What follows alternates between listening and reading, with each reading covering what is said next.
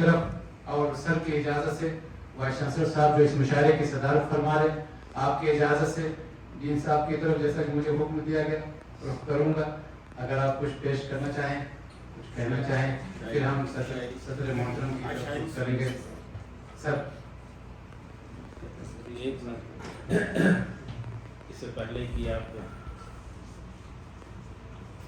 شمع ہمارے ڈین صاحب کے پاس لے جائیں، آپ نے ابھی جو کہا کہ یہ شاعری جو لینگویجز کے ڈپارٹمنٹ سے وہاں سے پیدا ہوتی ہے، میں اس سے اتفاق نہیں کرتا.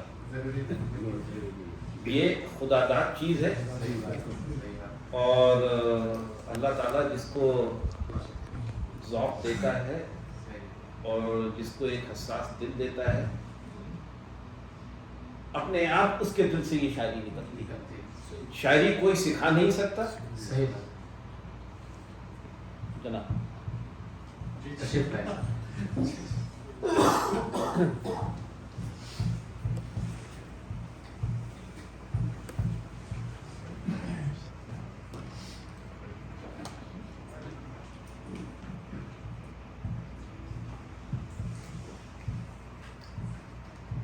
جناب وائس چانسلر صاحب، اسٹار صاحب اور دیگر حضرات،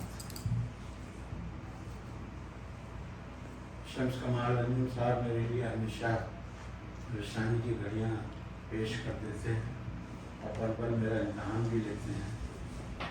ان کو آپ فیل کر دیجیے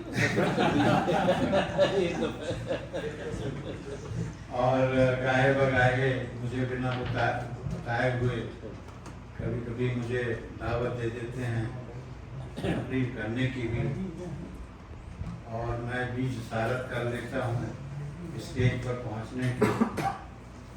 جو بھی ٹوٹا پھوٹا بن پڑتا ہے وہ میں آپ کے سامنے کہہ دیتا ہوں.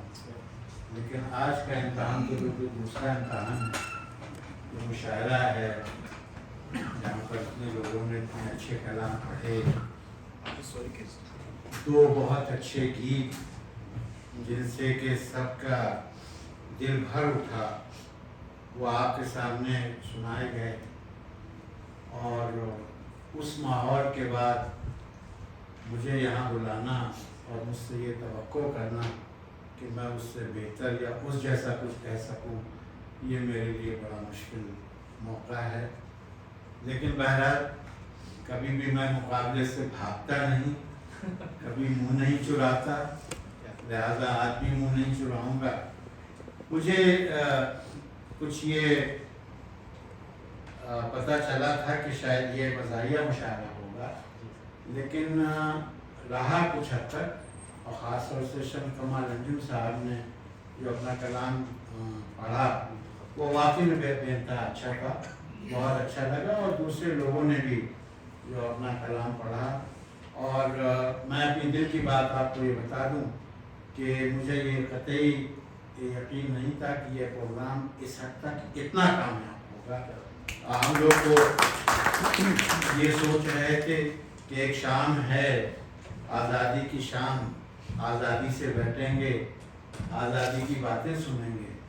لیکن جس انداز سے اس کو سجایا اور سنوارا گیا اور جو اس کی شکل بعد میں نکل کے آئی، میں سمجھتا ہوں کہ اس کے لیے ذاکر ملک صاحب اور ان کے تمام منظمین بے انتہا مبارکباد کے مستحق ہیں کہ اتنی چھوٹے سی مدت میں انہوں نے اتنا خوبصورت پروگرام سجا کے اور سنوار کیا ہمارے سامنے.